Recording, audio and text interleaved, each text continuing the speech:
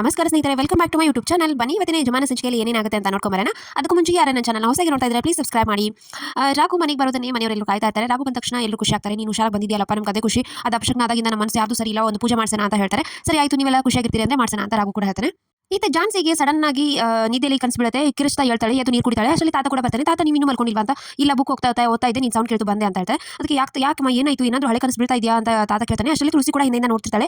ಏನು ಇವಳಿಗೆ tablet change ಮಾಡಿಕೊಟ್ಟು ಹಳೆ ನೀನು ಬರ್ತಾ ಇದೆಯಾ ಅಂತ ಯೋಚನೆ ಮಾಡ್ತಿರ್ತಾಳೆ. ಅಷ್ಟರಲ್ಲಿ ಜಾನ್ಸಿ ಹೇಳ್ತಾಳೆ, ಅಮ್ಮ ಬಂದಂಗಾಯ್ತು ತಾತ ಕನಸಲ್ಲಿ. ಅಮ್ಮ ಮತ್ತೆ ವಾಪಸ್ ಬಂದಿದ್ದಾರೆ ತಾತ. ನನಗೆ ಅವರೇ, ನಾನು ಏನೋ ಸಂಕಷ್ಟದಲ್ಲಿ ಸಿಕ್ಕಾಕೊಂಡಿದ್ದೆ, ಅವರೇ ನನ್ನನ್ನು ಸಮಾಧಾನ ಮಾಡಿ ತೊಡೆ ಮೇಲೆ ಮಲಗಿಸ್ಕೊಂಡು ಲಾಲಿ ಹಾಡೋಗಿತ್ತು ಅಂತ ಜಾನ್ಸಿ ಹೇಳ್ತಾಳೆ. ಇಷ್ಟು ದಿನ ಜ್ಞಾಪಿಸ್ಕೊಳ್ಳದೆ ಇರೋ ಅಮ್ಮ ಇವಾಗ ಯಾಕೆ ಇಷ್ಟೊಂದು ಅಮ್ಮ ಅಂತ ಇದೆಯಾ ಅಂತ ತಾತ ಕೇಳ್ತಾನೆ.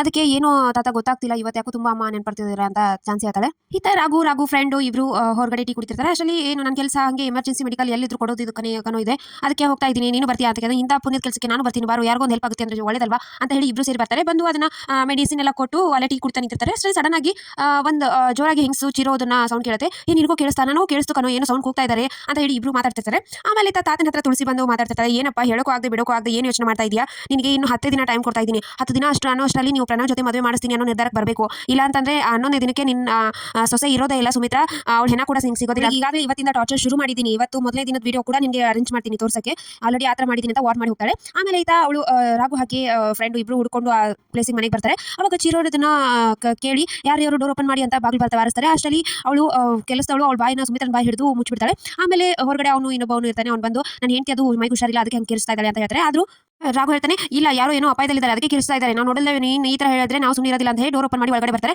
ಅಷ್ಟರಲ್ಲಿ ಆ ಕೆಲಸದವಳು ಸುಮಿತ್ರನ ಬಾಯಿಗೆ ಟೇಪ್ ಹಚ್ಚಿ ತಾನೇ ಹೊರಗಡೆ ಬಂದು ತಾನೇ ಕಿರ್ಚಾಡೋ ಹಾಗೆ ನಾಟಕ ಮಾಡೋಕೆ ಶುರು ಮಾಡ್ತಾಳೆ. ತನಗೆ ಹಿಡಿದಿರ್ತಾರೆ. ನನ್ನ ಗಂಡ ಹೊಡಿಬೇಡಿ, ನನ್ನ ದೇವರು ಬಂದರು ಕಾಪಾಡೋದಕ್ಕೆ ಪೂಜೆ ಸಾಮಾನು ತನ್ನಿ, ನಾನು ಪೂಜೆ ಮಾಡಬೇಕು ಅವ್ರಿಗೆ ಆ ಥರ ಈ ಥರ ಅಂತ ಮಾತಾಡ್ತಾಳೆ. ಅಯ್ಯೋ ಹೌದಾ, ನಿಮ್ಮ ಇದು ನಿಜವಾಗ್ಲೂ ಹುಷಾರಿಲ್ವಾ, ನಾವೇನೋ ತಿಳ್ಕೊಂಡು ಬಂದ್ವಿ ಅಂತ ಆಶ್ಚರ್ಯದಿಂದ ನೋಡ್ತಿರ್ತಾರೆ. ಸುಮಿತ್ರನ ಕಟ್ಟಾಕಿರ್ತಾರೆ. ಸೊ ಇಷ್ಟಿತ್ತು ಇವತ್ತಿನ ಸಂಚಿಕೆ. ಸೊ ವಿಡಿಯೋ ಇಷ್ಟ ಆಯ್ತು ಲೈಕ್ ಮಾಡಿದ್ರೆ ಮರಿಬೇಡಿ. ಸಿ ನೆಕ್ಸ್ಟ್ ವ್ಲಾಗ್, ಬಾಯ್.